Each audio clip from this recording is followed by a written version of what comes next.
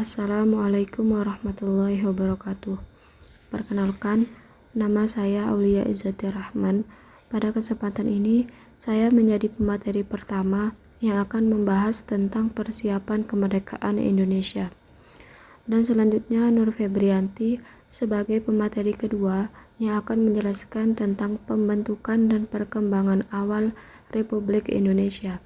Dan pemateri terakhir, Yuli Andriani, menjelaskan tentang perjuangan mempertahankan kemerdekaan Indonesia. Baiklah, saya akan menjelaskan tentang persiapan kemerdekaan Indonesia. Persiapan kemerdekaan. Pada saat itu Perang Pasifik semakin berkecamuk. Tentara sekutu di bawah pimpinan Amerika Serikat semakin mantap, sementara Jepang mengalami kekalahan di mana-mana. Panglima Armada Angkatan Laut Amerika Serikat di Pasifik, Jenderal Douglas MacArthur, menyerbu Kepulauan Leyte atau Filipina, dan penyerbuan ini adalah penyerbuan terbesar dalam Perang Pasifik. Mengetahui hal itu, Jepang mulai meminta bantuan rakyat Indonesia untuk menghadapi tentara sekutu dengan cara menarik simpati rakyat dengan mengizinkan pengibaran bendera merah putih di samping bendera Jepang, dan lagu kebangsaan Indonesia Raya boleh dikumandangkan setelah lagu kebangsaan Jepang, Kimigayo. Persiapan proklamasi. Pada akhir tahun 1944, kedudukan Jepang dalam Perang Pasifik sudah sangat terdesak. Daerah Jepang sudah mulai hancur dan sudah di bawah kendali Angkatan Perang Amerika Serikat. Dalam keadaan terjepit, pemerintah Jepang memberikan kemerdekaan kepada negara jajahannya, salah satunya Indonesia. Pada pertengahan tahun 1945, ketika tentara Serikat mendarat di Pelabuhan Minyak Balikpapan. Dalam keadaan yang gawat ini, pemerintah pendudukan Jepang di Jawa membentuk sebuah badan penyelidik usaha-usaha persiapan kemerdekaan atau Dokuritsu Junbi Kosakai. Pada tanggal 7 Agustus 1945, Dokuritsu Junbi Kosakai dibubarkan. Sebagai gantinya dibentuk Panitia Persiapan Kemerdekaan Indonesia atau PPKI. Pada tanggal 15 Agustus 1945, Jepang sudah menyerah kepada Serikat tanpa syarat, dan dengan demikian berakhirlah Perang Pasifik. Setelah para pemuda mendengar berita menyerahnya Jepang, kemudian para pemuda meminta Soekarno-Hatta segera memproklamasikan kemerdekaan Indonesia lepas dari Jepang. Peristiwa penting yang terjadi di sekitar proklamasi diantaranya peristiwa Rengas Dengklok, penyusunan teks proklamasi, dan detik-detik proklamasi. Pada peristiwa Rengas Dengklok, para pemuda membawa Bung Karno dan Bung Hatta ke Rengas Dengklok. Mereka didesak untuk segera memproklamasikan negara Indonesia merdeka. Sedangkan perumusan teks proklamasi dilakukan pada tanggal 16 Agustus 1945 di Rumah Laksamana Muda Maida yang terletak di Jalan Imam Bonjol nomor 1 Jakarta.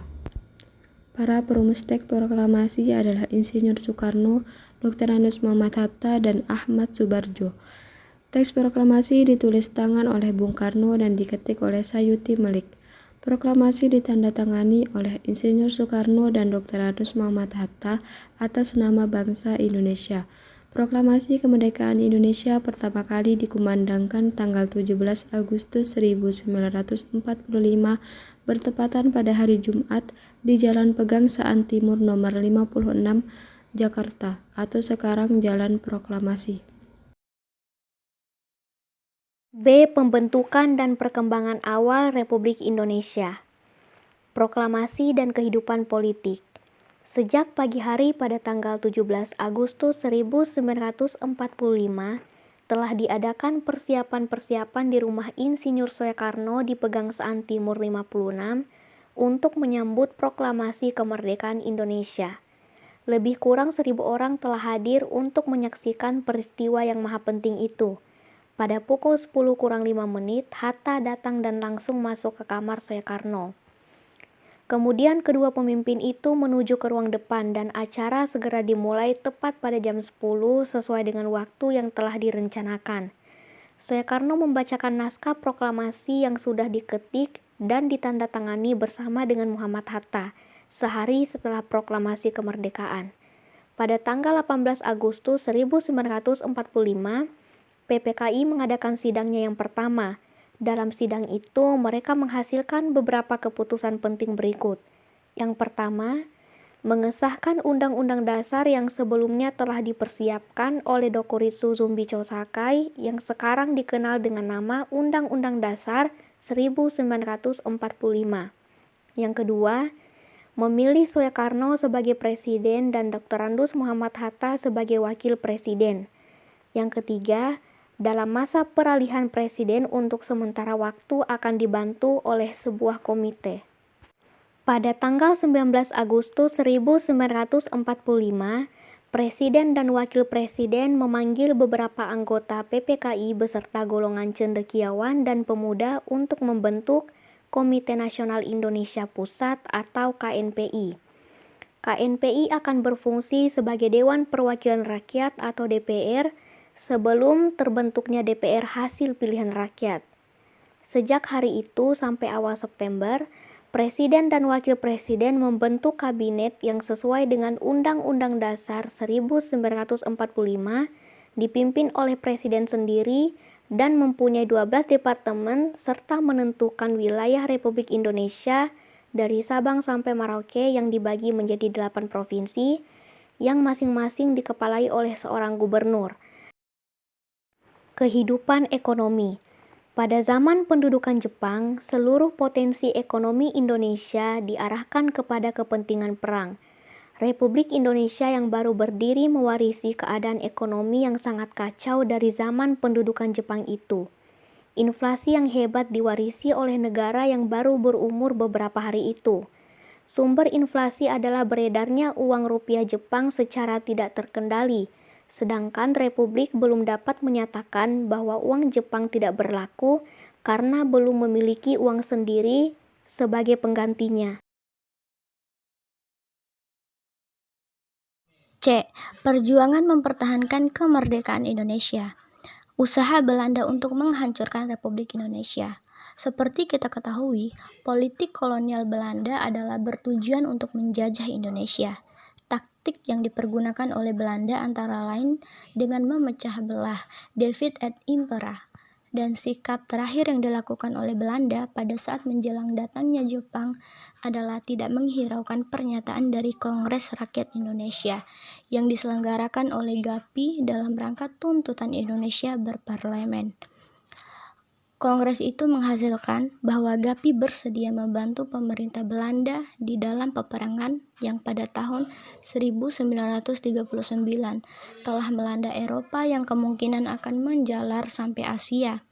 Sebagai akibat politik kolonial Belanda yang tidak menghiraukan tuntutan dari tadi, maka pada waktu Jepang mendarat di Indonesia, sikap rakyat Indonesia dingin. Pada tanggal 8 Maret 1942, pemerintah Hindia Belanda menyerah kepada Jepang. Belanda mengira bahwa dengan mudah akan dapat kembali ke Indonesia dengan jalan membonceng sekutu. Perkiraan Belanda itu pun ternyata meleset, karena ternyata tidak mungkin dengan mudah dapat menjajah Indonesia kembali. Adapun sebab-sebabnya sebagai berikut.